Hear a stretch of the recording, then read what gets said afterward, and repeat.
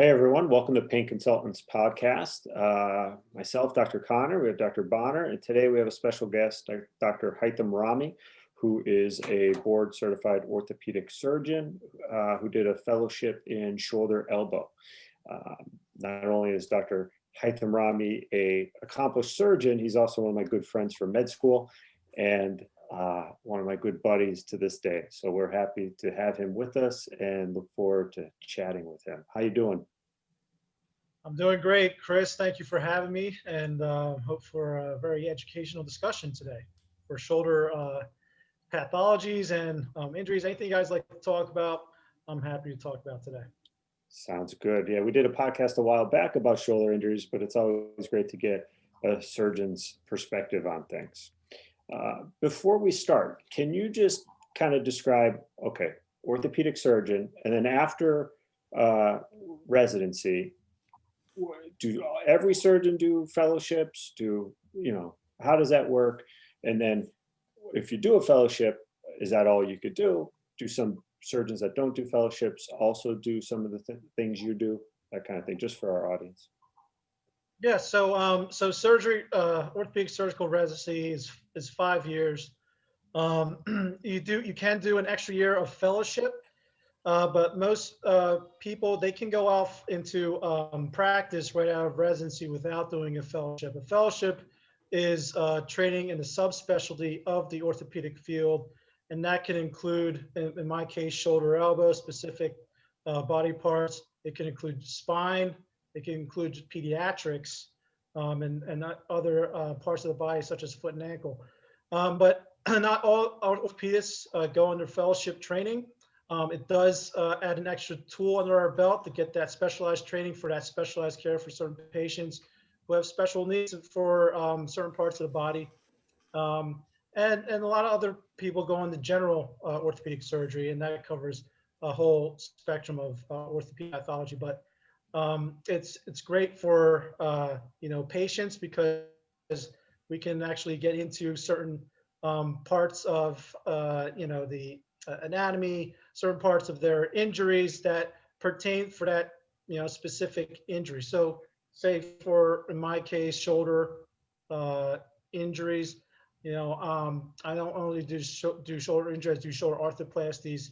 And with my fellowship, we conducted complex shoulder arthroplasties for difficult procedures, difficult conditions that not say the general orthopedist couldn't perform. And that's the same for all subspecialties in the fellowship training of orthopedists. So it does come with an added extra benefit. Nice. So why don't we jump right into things? I'd say the most common diagnosis we see with kind of patients with shoulder pain or something maybe that is kind of labeled to patients when they say, oh, I have shoulder pain, worse when I lift my arm up, overhead activity. Everybody kind of throws out shoulder impingement, right? Impingement syndrome as like a diagnosis. Can you just explain a little bit about what that is? Certainly. Impingement syndrome is a term we use for patients who have absence of any injury to the shoulder. Typically, it can involve what we call the bursa and the acromion, where when you raise your arm above your head, you can actually impinge on certain structures in the shoulder from your shoulder blade or the collar bone. And usually, a lot of times, this can be treated with conservative means. A lot of times, impingement syndrome can span from bursitis to having a bone spur in the shoulder that's impinging again on the structures, including the bursa, your rotator cuff. And it could also include internal impingement in the shoulder joint itself. It's a very common, pathology that we see. A lot of times, I treat conservatively as a surgeon. I always usually do either a steroid injection, give them certain exercises to perform at home, even send them to formal physical therapy. And most of the times it can be treated conservatively. The time when I come in to do surgery is when they fail conservative treatment. and that it's been at least 4 to 6 months and they're just not satisfied. Then you go in and you perform an arthroscopic procedure, minimally invasive outpatient procedure where you just clean up the bursa, you clean up the bone spurs, and they relatively get a relatively quick recovery in that sense. Now, I have a question about that. Why is there any thought why it's like the most common thing we see? I mean, it's probably, I don't know, 8 or 9 out of 10 shoulder pain people come in with, probably that fine. You can at least find it on part of the physical exam. And, it's like people's low backs hurt because we sit all the time. It's like, what are we doing that our shoulders are so painful when, like evolutionarily, they probably weren't supposed to be so painful? Are we doing too much stuff where we're reaching over our heads or I don't know, any thoughts about that? Yeah, absolutely. I think it's kind of like the wear and tear. So a lot of pain comes from overhead activities when it comes to shoulder problems. A lot of patients I see, construction workers, they're athletes, overhead athletes. They involve overhead activities. So if you're a painter and you paint overhead for a long period of time, you're putting a lot of stress in the shoulder, on the rotator cuff. You're causing the impingement for a long period of time. That can cause inflammation in the bursa around the rotator cuff. And I see this a lot. And it usually comes on with what their activity is. A lot of heavy laborers and obviously overhead athletes, I see a lot who have this type of syndrome. And again, it's treated conservatively. I think it's more of just the overuse of overhead activities. So Yeah. that's my actually that's exactly what I think it happens. Yeah, I do a lot of telling people to like get step stools and ladders so that they don't have to reach up to do things. And instead, like if you're painting, like you said, like get on a step stool so that you're at least like kind of reaching out instead of reaching up, So I don't know, lifestyle modification, but I'm sure it's hard with a lot of jobs and obviously with overhead athletes, it just comes with the territory. So, yeah. So when you see somebody now, say a younger person, an athlete, a more active person, maybe they go to the gym, kind of clinically and by history, it sounds like impingement. I mean, does that make sense in somebody that young, or are you more concerned, or are you thinking more labrum to begin with, or? Yeah, when it comes to say gym goers, obviously they're pushing a lot more weight than the average everyday lay person. So certainly they are prone to more extensive injuries rather than just say impingement syndrome. I wouldn't usually go down the route of impingement syndrome. A lot of times they can sustain labral tears. They can have other issues with weightlifters called distal clavicle osteolysis, a lot of bone abnormalities that can come on from weightlifters. That is some different from impingement syndrome. A lot of times when I see them in the clinic, I do specific tests to test out those specific structures, look at their clavicle, again, x-ray, make sure that they don't have osteolysis. I test out for their labrum, their biceps, make sure that that's not causing them their pain, because they put a lot of stress on those structures, especially when they lift away from the body. So not only overhead activities can put a lot of stress on the shoulder, but lifting away from the body, as Dr. Bonner was mentioning, when they put their arms out like this and they have big heavy weights, that put a lot of stress on the rotator cuff and the internal structures of the shoulder. That makes me concerned about that rather than just say impingement syndrome. And I should say, when I recommend that, I also recommend they get closer so that they're not reaching out like that. I think that's such a great point, is people don't realize the amount of stress difference between holding a 10-pound weight, just an arm's length away from your body versus right next to your body. It's such a difference in the torque that's pulled through the shoulder, and it can make a huge difference in how they feel. So get close to things and get on the same level as things.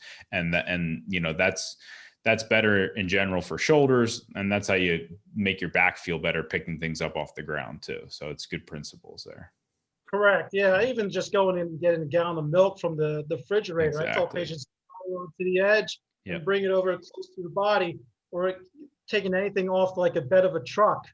bring it over to the edge, Right. close to your body, lift it away. Don't lift it away from the body, putting too much stress on the shoulder. It could cause problems. Yeah. Yeah. Great. Do you, so like referral patterns, do you see, okay, if pain's more in the anterior or front part of the shoulder, I mean, are you thinking, okay, more maybe biceps tendon or something like that versus outside part of the shoulder versus the back part? Is Yeah. like the location of the pain, can that be helpful in trying to figure out where? Yeah, so shoulder pain, a lot of times it's multifactorial, what causes the pain, where the location is. But for the main part, yes, when they say, hey, doc, my pain is right here, it hurts right here. Well, a lot of times that's from the rotator cuff, and it could span the spectrum of just rotator cuff tendonitis to a rotator cuff tear. And you say, well, why does the pain happen here when the rotator cuff is up here in the shoulder joint? Well, they get referred pain from their pathology in the rotator cuff down the upper arm, and it's a very common sign for rotator cuff pathology. So when they say they have pain right here, I immediately think rotator cuff.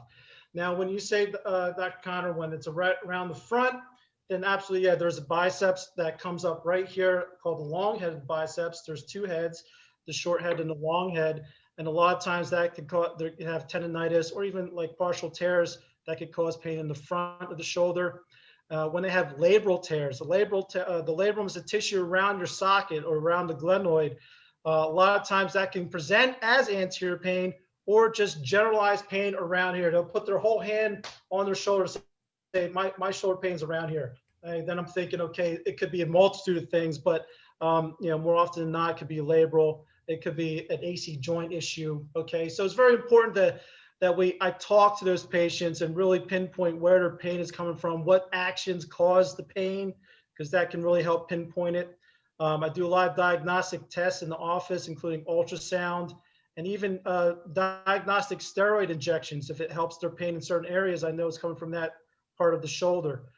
So yeah, certain things do, tell me, okay, it's coming from rotator cuffs, coming to labrum, coming to the biceps, just depending on what they're telling me, where they're telling me the pain is, and what causes their pain. You mentioned like an internal impingement. So my understanding, maybe like on the posterior aspect of the shoulder, can you get like a posterior impingement, kind of with the arm externally rotated, abducted, or? Correct. You see that a lot in the baseball players, overhead athletes, pitchers.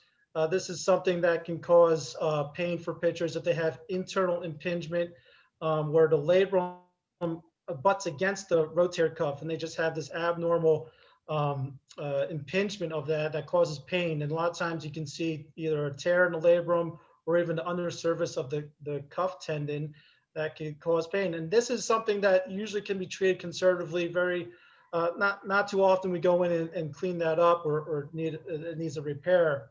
But a lot of times you see that overhead athletes, and they actually have internal rotation deficit, meaning that when they have this impingement, it could cause contraction of the posterior capsule, and they have difficulty ranging their shoulder down, and they actually become stiff. Okay, compared to contralateral side, if you were to see someone with an internal rotation deficit, their good side, they could come down all the way like this, and their bad side is so contracted and stiff, they're like that.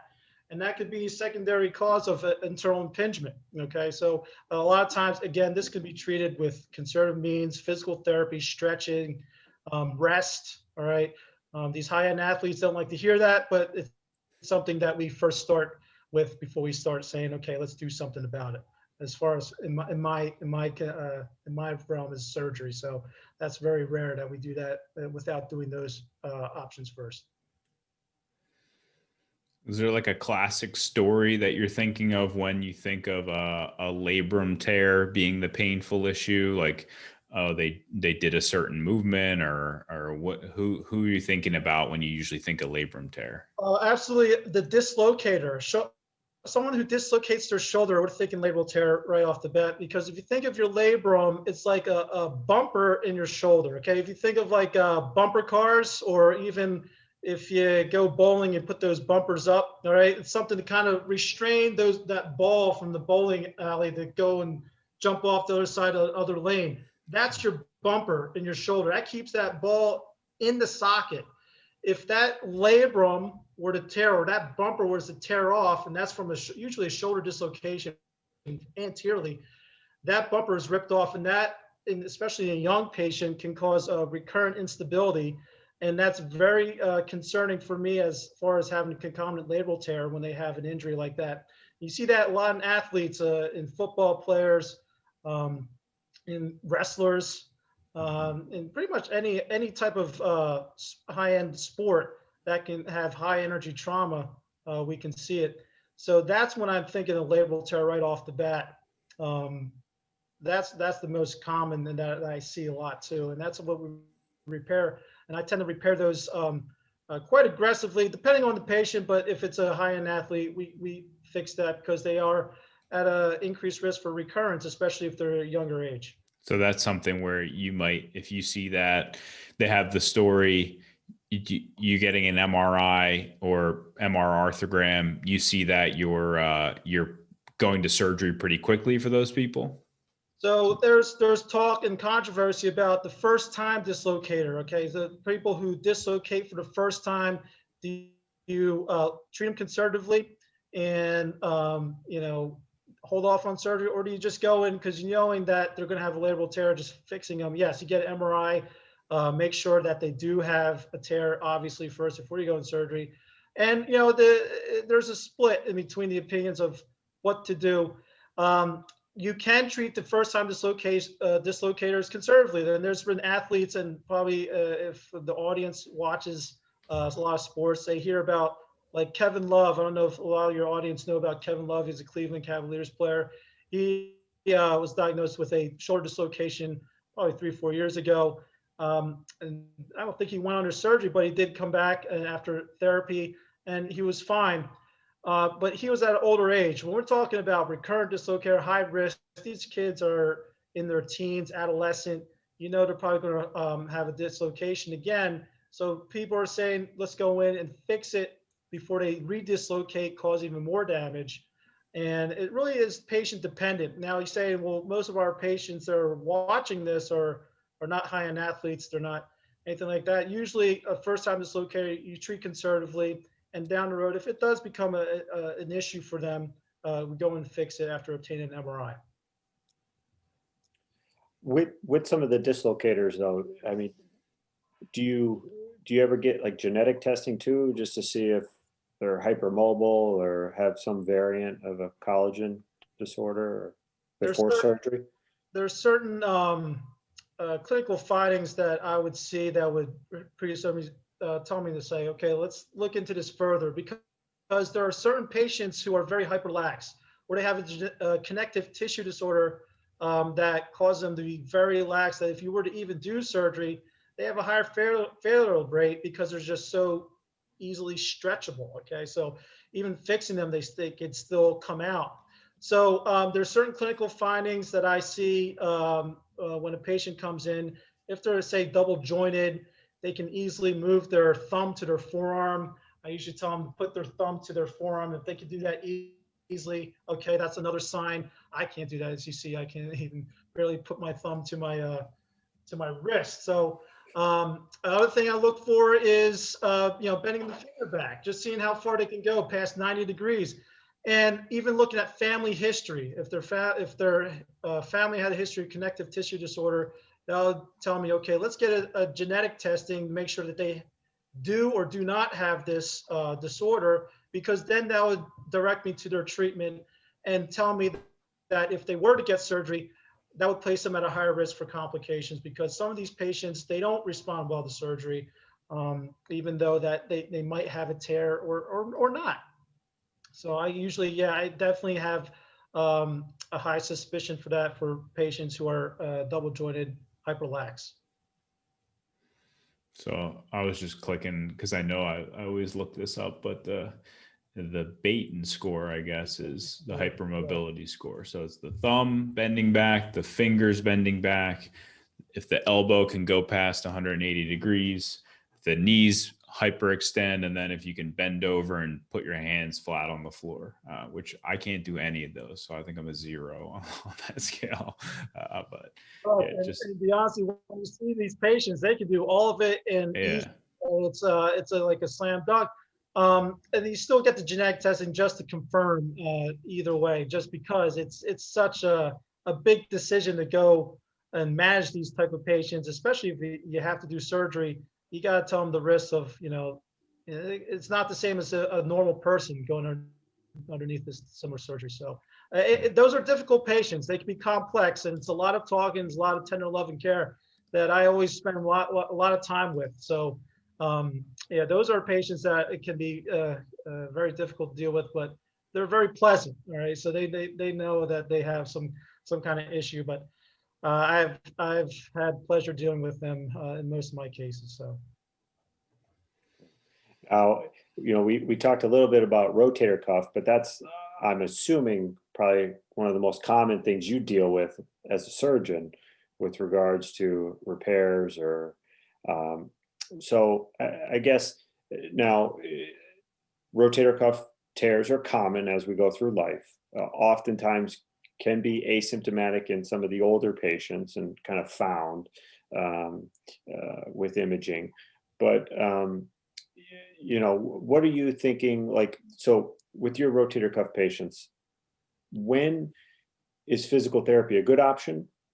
When should patients consider surgery sooner? And are there downsides to doing an injection around a rotator cuff tear with steroid? So yeah, this is very it's a big topic, but let me please let me know if I didn't answer all your questions. So yeah, typically rotator cuff tears or pathology is a very, very common thing I see, and it can come along with different type of etiologies. Meaning, how does it come about? It could be traumatic in nature. Say you fall down or you dislocate your shoulder, especially in the elderly, they can tear their rotator cuff with a dislocation, unlike the younger patients that just do the labrum. You can have a motor vehicle accident, a bike accident, cause a lot of issues with the rotator cuff. That's traumatic. And then there's the degenerative tears, which can go on for many years. And as Dr. Connor mentioned, they don't even know they're walking around with these tears until it gets to a big enough size. And then they come in and see me with pain and weakness of the shoulder. And that's just like, if you think of it, it's just like a wear and tear type of deal. It's a lot of degenerative tearing that can predispose them to a bigger tear down the road. So it's traumatic or degenerative. Okay, traumatic is very easy. That's treated with surgery right off the bat. Even the elderly, okay, if they had a nice normal shoulder before they had a fall, dislocated their shoulder, and they tore the rotator cuff, now they can't even lift their arm above their head, you fix them. Okay, so traumatic tears are easy. You fix those. It's the degenerative tears where you say, okay, is it partially torn? Is it a full thickness tear?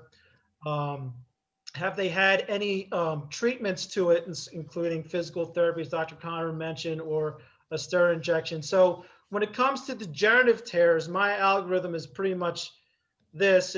It's usually starting off with either home exercises or physical therapy, and that's usually for the partially torn tendon, okay? And I'm not talking about full thickness, say partially torn tendon. So if you think of a partially torn tendon, you think about rubbing, say, a pair of jeans for a long period of time, you see it getting thinner and thinner and thinner, okay? That's your tendon being partially torn, all right? You rub that jean for a long enough time, it's going to completely rupture, and that's a full thickness tear, all right? So when we're talking about a partial tear, these are amenable to conservative means, and that's including mostly physical therapy. All right, so partially torn tears, I get them to physical therapy. Well, you say, well, Dr. Rahmi, do these tears, do they stay the same size? Do they heal? Do they get bigger with time? Well, what we see from our studies is that these tears can tend to get bigger with time. They don't heal. They don't stay the same size. So the partially torn tendon, it takes a long, long time for that to actually happen, for it to progress. God forbid, unless you get into a traumatic injury or accident or something like that, to make it progress a lot faster than the natural course of it. But as the time goes on, patients might come back and they get an MRI and it's a full thickness tear. Okay, so full thickness tears I'm a little more aggressive with, because again, as I said, these tears can get bigger with time. So I'll tell them, all right, so the natural history of these is they can get bigger. We go and fix it to prevent it from getting bigger and to allow it to heal. They say, Dr. Rahmi, is everyone with a full thickness tear needs surgery? Not everyone wants surgery. So I tell them, yes, there's been studies out there, multi-center studies, where it shows that over 70% of patients who have a full thickness tear can get improvement and are satisfied enough with their shoulder pain that they do not elect to undergo surgery. So there are those sets of patients that I will send to physical therapy if they're just not into doing surgery, because surgery is a big deal when it comes to rotator cuff. It's easier for me, 20% is me, 80% is on the patient, because the recovery, the healing of the tendon to the bone can take a long time. And, I'm a very conservative with my post-op patients, and there's a stepwise matter of progressing with physical therapy, first getting your range of motion back, and then strengthening when you start seeing the healing around 3 months. So it's a long, process for patients. But from my standpoint, it's relatively easy. I see it a lot. It's mainly the patient's motivation and willing to get better is what makes the patient have a great outcome, what I've seen. I got a question for you in regards to like the people you want to take to surgery, like the traumatic tears. So I fall, I tear my rotator cuff. I wait 6 months to come see you. At what point am I I've waited too long, my muscles have atrophied, and you say, look, it's not worth doing this. Or you say, look, we can try it, but it's much less likely to work. Obviously, like slowly but surely, your chances of having a good recovery are going to get worse and worse over time. But is there some time period where you say, absolutely, I will not do this surgery? Or is it just kind of like evaluating the bulk of the muscle and maybe there is or isn't some fatty atrophy, or what are you looking at there, and what's helping you make your decision? This is the part of the talk that it's very interesting. This is the interesting part. All right, so this is where the surgical medicine comes in, because what can you do when someone waits so long that the tendon is irreparable, or say it's going to require a lot more extensive surgical intervention than if they were to come in sooner, rather than later. And that's a big discussion I have with patients, and there are a lot of factors go into it. As Dr. Bonner mentioned, it's atrophy of the muscle, it's retraction of the tendon, it's the size of the tear. Okay, as we know, these tears get bigger with time. So if it's a full thickness tear, if it started out as a medium-sized tear, now it's a massive tear. Now you're dealing with a longer surgery. So when patients come in delayed, and I evaluate them, we get an MRI, and the muscle is atrophied, and the tear does not look like it's repairable, there's a lot of surgical options that can be performed, either different techniques to kind of reapproximate the tendon down to the bone, and certain procedures to kind of make up for what they lost. So this is a big topic. So there's a lot of things they can do. So when it comes to elderly patients who have an irreparable rotator cuff, and we say they're pseudoparalytic, meaning that they're unable to raise their arm above their head because their rotator cuff is gone. They don't have the power or strength to move their arm above their head.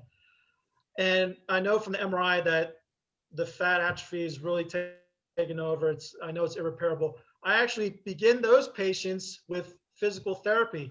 And you say, well, what are you going to do with physical therapy when they lost their tendons? Well, we call anterior deltoid reeducation, where they make up for what they lost with the anterior deltoid to help raise their arm above the head. Now, do I tell patients it's going to be the same what it was before? No, but will it be functional? Yes. All right. And I've seen patients who are elderly, who are not that fit to go under surgery, come back pseudoparalytic, and 8 to 12 weeks later, they're raising their arm above their head. Okay, because they're re-educating the anterior deltoid to make that motion happen and they're happy and they don't want to go under the surgery. Now, the more difficult question is the younger patient who has the massive rotator cuff tear and you know it's irreparable. What are certain surgical options that can kind of make up for what they lost? And that usually involves a graft or say a tendon transfer, which is a very, it's a extensive surgery, but can be done, and those can help those patients. It's a longer rehab, and it takes a long time to get back, and it's a very difficult conversation to have with, especially someone who is a heavy laborer who they make their living in, say, construction or anything else that requires heavy activities, to be out of work for so long. So it's a very long discussion. In my area where I work, that's who I deal with. They're motivated, but they don't want to miss out on work, and they have to kind of go through the rehab, and it's a long process, but it can be done. And it's a difficult conversation to have, especially those patients. But for someone who has, all the time in the world to go under physical therapy, they do have a good outcome. And a lot of it is still in the early works. We still have some techniques, especially the use of a graft. We have midterm follow-up. We don't necessarily have the long-term follow-up to say that like majority of patients have amazing results. A lot of it is still unpredictable, but we do have options that kind of help those patients. But yeah, that's a very big topic. I could talk all day about that. But there are options to help these patients, and there are certain things that make me say, yeah, we're going to have to, it's not the typical rotator cuff repair. We're going to have to do something different that's going to require a big team effort. And real quick, is the typical rotator cuff repair done arthroscopically, and then sometimes some of these more extensive ones are more open surgeries, or are those arthroscopic typically too?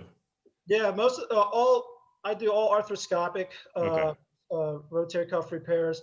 The tendon transfers will be open if required, and those are the big extensive surgeries. But even with the use of a graft, I use it arthroscopically. A lot of the shoulder surgeries we do nowadays are minimally invasive and can be done just through scope. And it's very advanced with the technology we have now here in 2021. I guess for patients, if you don't know, arthroscopically means done through small holes in the skin where there's a camera inserted, and then other tools are inserted through small holes, usually like 3 or 4 holes for the shoulder, I think. And then open would be like cutting a big incision, like a typical surgery that anyone would think of. So, and for those non-op repairs, or when will you consider, or how often do you consider joint replacement?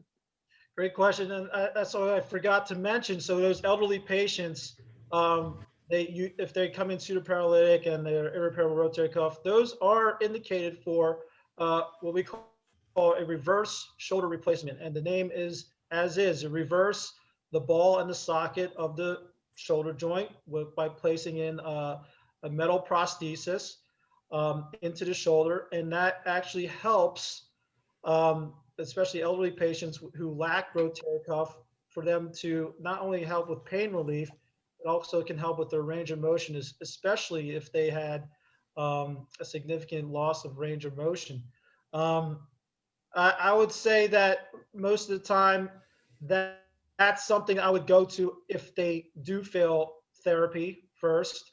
And then that's another discussion we have. So when it comes to, say, the young patient, and you say they fail everything with the rotator cuff, say attempted rotator cuff repair, even a graft or tendon transfer, a very small subset we even consider reverse, and I'm saying more in the 60 to 70 year old patients. Usually these prostheses are usually safe for patients 75 years and older, but as we got used to this prosthesis, the reverse shoulder arthroplasty, the indications have expanded exponentially with our comfortability using it, and for patients who are of younger age. So there's a lot of options, and that's one of them. But that is, say, the end of the road. type of intervention. So I always exhaust conservative treatment if it can be done, or other options or joint preserving procedures before going into saying, let's do the reverse shoulder arthroplasty.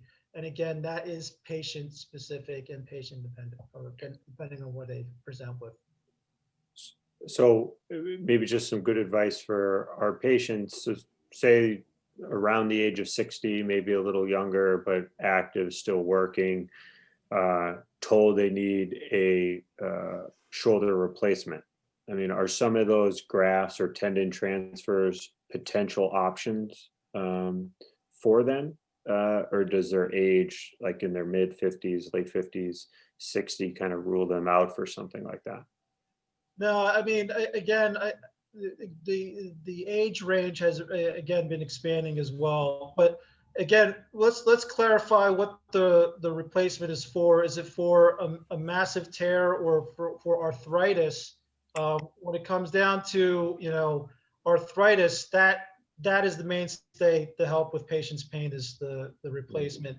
When it comes to say rotator cuff tear arthropathy, and that term means they have a rotator cuff tear, say it's irreparable, and they have arthritis. Yeah, that's a big issue, and that's when you start thinking about the reverse shoulder replacement. And you know, I've seen patients as young as, you know, the early 60s get the reverse. You know, I've done patients who required a reverse shoulder arthroplasty because they had cuff tear arthropathy, rotator cuff tear, and significant arthritis in their early 60s. And they had great outcomes because, number one, their pain was significantly improved. So with these replacements, the most predictable thing is to have significant pain relief. Their function, you know, everyone's variable with the reverse. Okay, the reverse shoulder arthroplasty is, I always tell patients, it's not what, you know, God gave you. It's a prosthesis that's man-made, and when you reverse the ball and socket, the range of motion, you can still be functional. You can still reach for the cookie jar. Okay, you can still, you know, reach out like this, but when it comes to reaching around the back, sometimes that could be an issue for some patients just because of the design of the prosthesis. And most people don't mind it, but when you ask me if what's the most predictable thing to come out of these procedures, it's the pain relief. And the range of motion comes with it with time and physical therapy, but they end up learning how to use it and get used to it, and with some of the restrictions that come with it. When would you recommend a patient see an orthopedic surgeon who's subspecialized in shoulder, like yourself, compared to maybe orthopedic surgeon who has a lot of experience but maybe didn't do a fellowship? Like, are some of like these higher end procedures with grafts, transfers versus trying to figure out if you should do replacement or not, are these maybe times when patients should definitely make sure their surgeon's fellowship trained? Yeah, I think that's something they, you know, you have that honest discussion with your surgeon, even if they're not shoulder elbow specialized. You know, don't be afraid to ask, hey, how many have you done? The higher volume that a surgeon does has been correlated with, you know, outcomes, and that's been shown in studies. So it's not just hip and knee, it's shoulder, elbow, and it's an honest discussion you have with your surgeon. And that's something that if that surgeon, even though he may be a generalist or maybe a sports med practice or whatever, and they've done a lot, then that's fine. When it comes to like complex shoulder replacements, tendon transfers, something that's kind of out of the scope of, say, someone that's not shoulder elbow trained, then yeah, that's when you want to seek out someone that's shoulder elbow specialized, because yeah, not all shoulders are created equal. Some require special attention to, say, specific implants for significant bone wear from arthritis, tendon transfers from lack of rotator cuff attachment. Say if someone got a replacement or reverse replacement, but they can't externally rotate like this, and they may need a tendon transfer to help do that in the setting of a replacement. So there's a lot of, if it's a complex issue, it may be best to see a subspecialist. But that's something a the patient can have that honest discussion with their surgeon, even if they're not specialized in it. And I've seen doctors and orthopedic surgeons who are not shoulder specialized are just as competent, just do as well as those who, you know, who are shoulder elbow specialized. So I would look at the volume. What's the sweet number?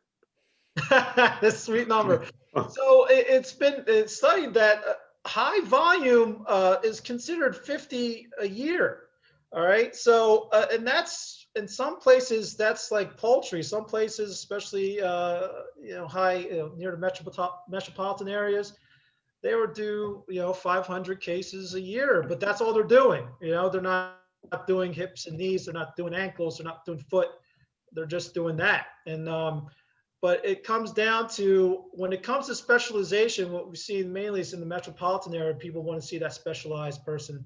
When you get out to areas where it's not as, you know, heavily populated, I'm telling patients, as long as your orthopedist is competent, he's comfortable doing it, then they can seek them out and they have that honest discussion with them, because not everyone can get to the big centers of the world where they have everyone is subspecialized. And I know, again, I know orthopedic surgeons who are not specialized in those specific areas who do those, and they're just as competent and do just as well. I feel like a lot of subspecialization is getting more and more popular too. So maybe, you know, guys who have been around for 20, 30 years, there might not have been that many fellowships around, but you know, they've been doing the procedure that long. They may even be specialized in an area like that without any specific subspecialty, like fellowship training or something, you know? So I feel like, I don't know, that's what I feel like you see more and more, is more and more subspecialty training and more specialization as we're getting further and further kind of along here. But can we go back to the question of the steroid injection? So is there, I guess, what are the thoughts on a steroid injection for some of these problems? And then is there a time period like leading up to surgery where you shouldn't have a steroid injection because it may impair the healing of the tendon? Correct. Yeah. Steroid injection, I do perform. I usually leave it to my non-operative colleagues who kind of do that for me. They kind of team me up and they send me the referrals. But the thing with steroid injections, they can be very beneficial, especially for some of the conditions we're talking about: impingement syndrome, arthritis. Okay. When it comes to the tendon, there's been studies that shows that if you get it frequent enough and high boluses, you can actually weaken the tendon and cause even the tendon tears to progress or accelerate further. You know, if the patient is just unqualified, you're medically unfit for surgery, I don't give steroid injections, say for arthritis, because I'll be honest, steroid injections are like a Band-Aid. It doesn't really fix the problem. It kind of just helps, you know, take the edge off. I don't give it more than 2-3 times a year if it's for a patient that's unfit for surgery. Now, I haven't done that in a while because my non-op colleagues do that. But I do say to patients who have a rotator cuff tear and they want a steroid injection, I tell them I don't recommend it, especially as a full thickness tear, because of the fact it can weaken it. And if they were to get an injection and it didn't help at all and they're miserable, they'd have to wait at least 3 months in my practice. Some guys are pushing 6 weeks, but in my practice, 3 months until they can get surgery because of the high risk for infection. And that's very, very significant to me, because infection, if they were to get infection, that's worse than any condition they had prior to getting infection. It's not a fun thing to deal with, and it can actually have a significant impact on their shoulder if they were ever get infected. So there have been studies out there to say that within 3 months, they are at high risk for infection. So I wait till after 3 months.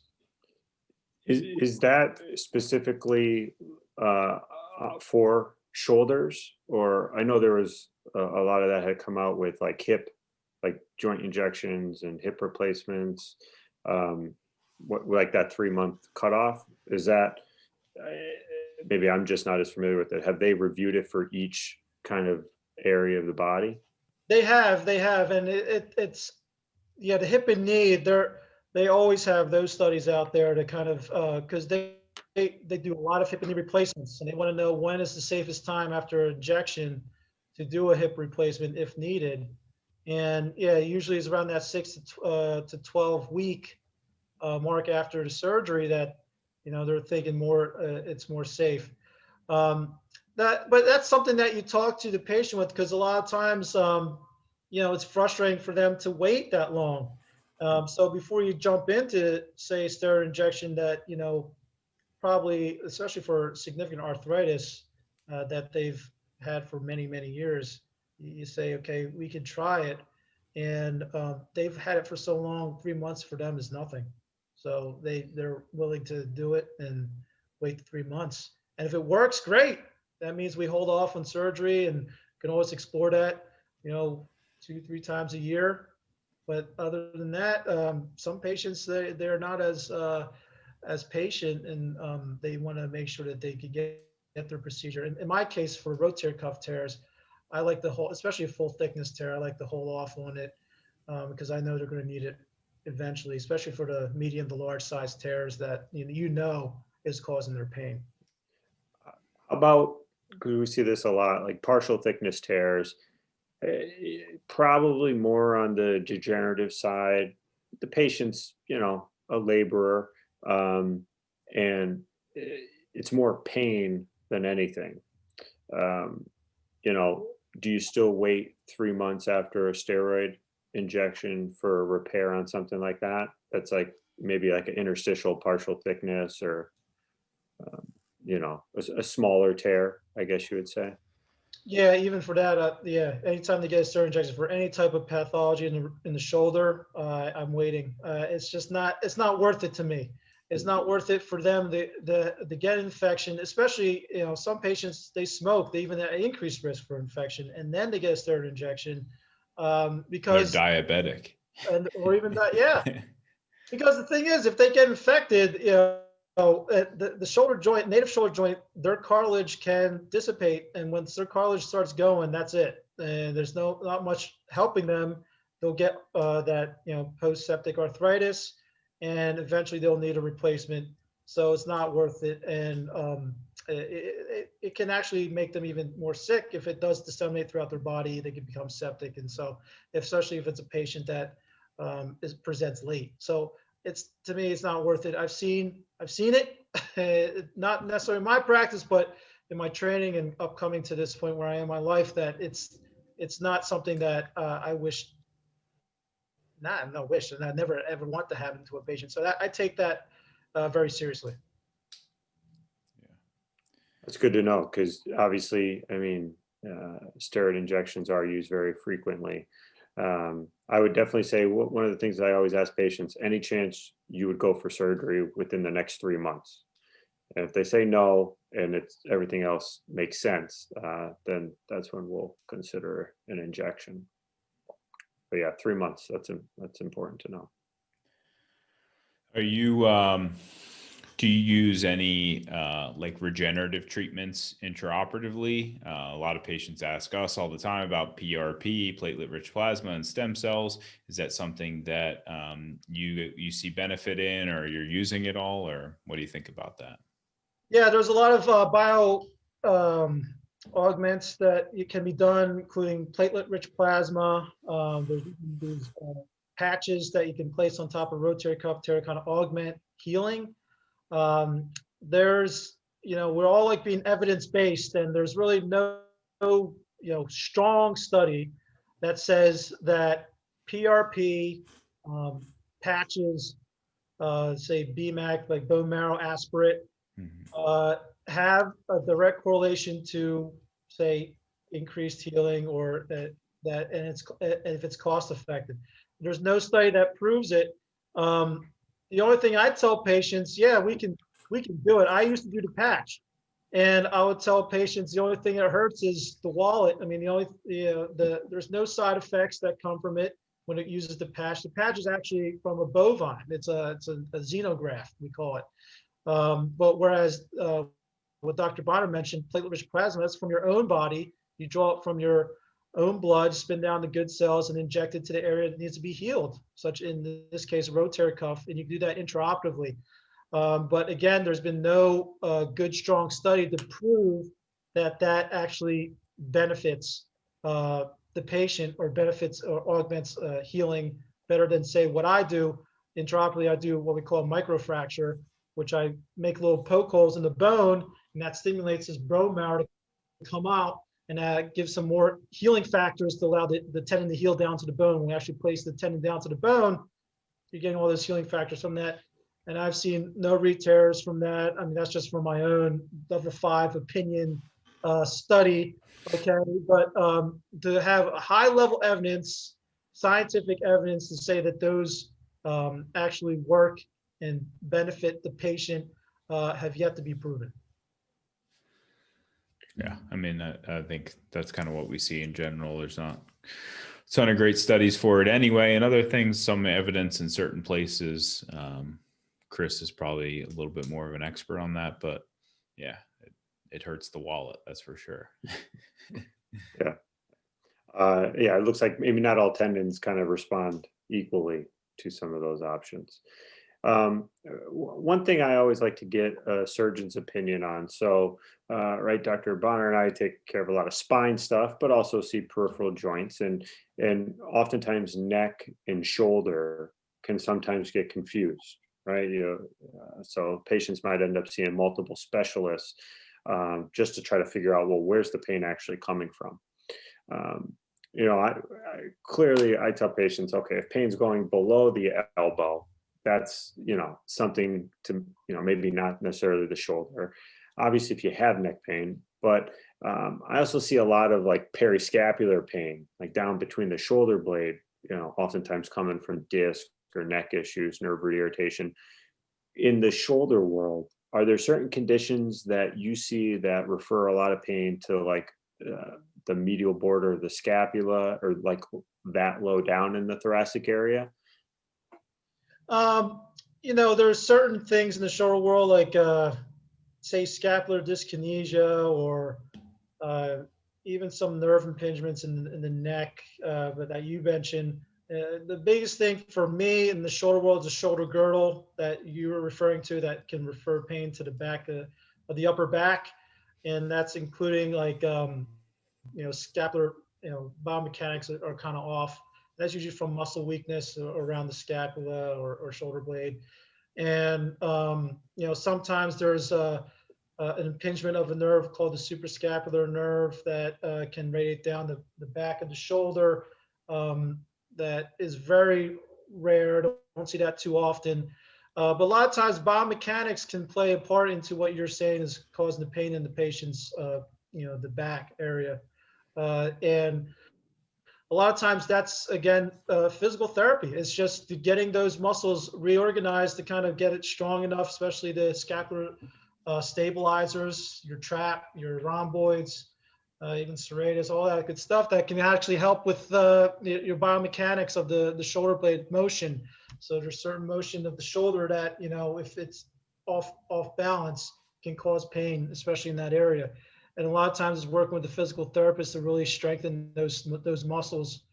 In the term of the superscapular nerve, which it stems from the neck. I mean, a lot of stuff all stems from the neck. So yeah, there's a lot of overlap when it comes to this. It's very important to discern where the pain is coming from. Does it come from the neck, or does it come from the shoulder?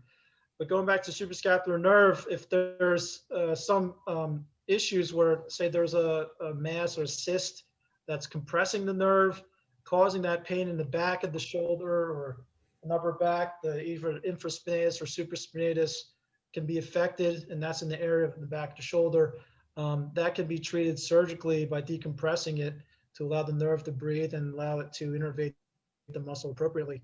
A lot of times when you do see these suprascapular nerve neuropathy patients, they have weakness just moving their shoulder out like this, and that's usually from the infraspinatus being weak. They lost muscle because the denervation or or lack thereof. And you go in and decompress that mass or cyst that's pressing on the nerve to allow it to breathe and act normal. And then it's still going to physical therapy to regain the strength of those muscles to help with their motion and their scapular thoracic biomechanics. So yeah, there's a lot of overlap. I always do a neck exam when it comes to patients who have more of a vague history, and make sure that it's not coming from the neck, because if you're just treating the shoulder and it's a neck issue, they're not doing the patient any good. And do you have an imaging modality of choice for suprascapular nerve entrapment? I mean, what do you normally order? So what I usually do is a diagnostic fluoroscopic injection. Okay. On the fluoroscopy. I actually send it to our specialized musculoskeletal radiologist, and he'll do a fluoroscopic guided injection in the area of the scapular notch where that nerve resides. And if they have complete relief of their pain, you know it's coming from that nerve. Either it's entrapped by a thickened ligament or the suprascapular ligament. And you just go in and we call it decompress it. You release that ligament. I always do get an MRI too, just to make sure I'm not missing a cyst or anything that's causing a mass causing compression of the nerve that you can't see under fluoroscopy. So those are the two ways I would diagnose, say, suprascapular nerve neuropathy or pathology. And that's usually, if it's outside the setting of a mass compressing it, it's a very rare condition that's usually we call it a diagnosis of exclusion. You rule out everything else. Is it coming from the neck? Is it like shoulder tendonitis? Is something, and everything else has failed. They've failed at least 6 months of conservative treatment. And then you go to that nerve and if it's bothering you, go in and we call it decompress it. But very rarely is that done. But it is a condition that should be looked out for. Do you rely on electrodiagnostic tests like EMG, nerve conduction studies at all in some of those cases, or any other specific kind of shoulder issues? Yeah, I don't usually, it can be confirmatory if it is positive, but it's kind of like a EMG for a carpal tunnel. There's going to be high levels of false positives and negatives. And usually, just like carpal tunnels, a clinical diagnosis that I usually do. Sometimes patients come in with an EMG study that I didn't order, it's just from another doctor. And it's just nice to see it as a confirmatory tool. But usually I've seen that the fluoroscopic injection is a lot more sensitive and specific. And that's been shown with studies out of Harvard too. Gotcha. Yeah, I like what you said about, look, I think we always talk about this, is you got to make sure that you have a diagnosis. So for patients out there, like if someone tells you, oh, it's just arthritis, well, in your shoulder, there's multiple places where you can have arthritis. So which joint is arthritic and which one is causing it? There's so many different structures in the shoulder area that can be painful that, you need a specific diagnosis to get a specific treatment to make it better. And if you're getting, oh, it's arthritis and just do this, and no one's progressing, if you're not getting better, you need to seek out another opinion where someone's going to give you a more specific evaluation, a specific diagnosis, maybe diagnostic injections like you're talking about. Like the most common that I do would be a subacromial injection, a glenohumeral joint injection, or an AC joint injection. Those are the three most common that I would be doing around that area. But like you said, a suprascapular nerve block, there's many different things that can be tried just in that region to sort out what exactly is causing the pain. So get a diagnosis and look, maybe there isn't a treatment that's going to fix it, or maybe it's a really extreme treatment that you don't want, but get a diagnosis to make sure what's going to help you, what are your options and everything. Because if the diagnosis is wrong, then there's a good chance the treatment's not going to fix it, because the treatment should be tailored to that. Without a doubt. You talked about a lot of exciting things with the transfers and grafts and different options for some of the large rotator cuff tears. just kind of finishing up here, are there what's kind of new and exciting in the shoulder world that we have to look forward to? Yeah, so one of the things that I mentioned with the graft, we call it a superior capsular reconstruction. It's one of those patients who have an irreparable rotator cuff tear and it's done arthroscopically. And again, like I mentioned before, there's midterm follow-up, but not good long-term follow-up. But it is an option now instead of just jumping to say a joint replacement or something to kind of help with their pain. That's kind of end of the road. This is something as a joint preserving procedure, and it can be done to kind of help with their pain and some of their function from what they lost from the rotator cuff tear. So it's a graft from a cadaver that we can insert into the shoulder arthroscopically. And what it does, it kind of helps with the biomechanics of the shoulder to kind of keep the ball centered on the socket instead of it riding up and hitting the shoulder blade. Because if you lost your rotator cuff tendon, which is, one of them is the most common ones, the supraspinatus, you think of it as a roof of your house, all right? And you think of a house with a roof, and inside it is a ball or a balloon. And that roof, a hurricane comes by and blows off that roof, and that's the rotator cuff tear. The rotator cuff is gone, the roof is gone.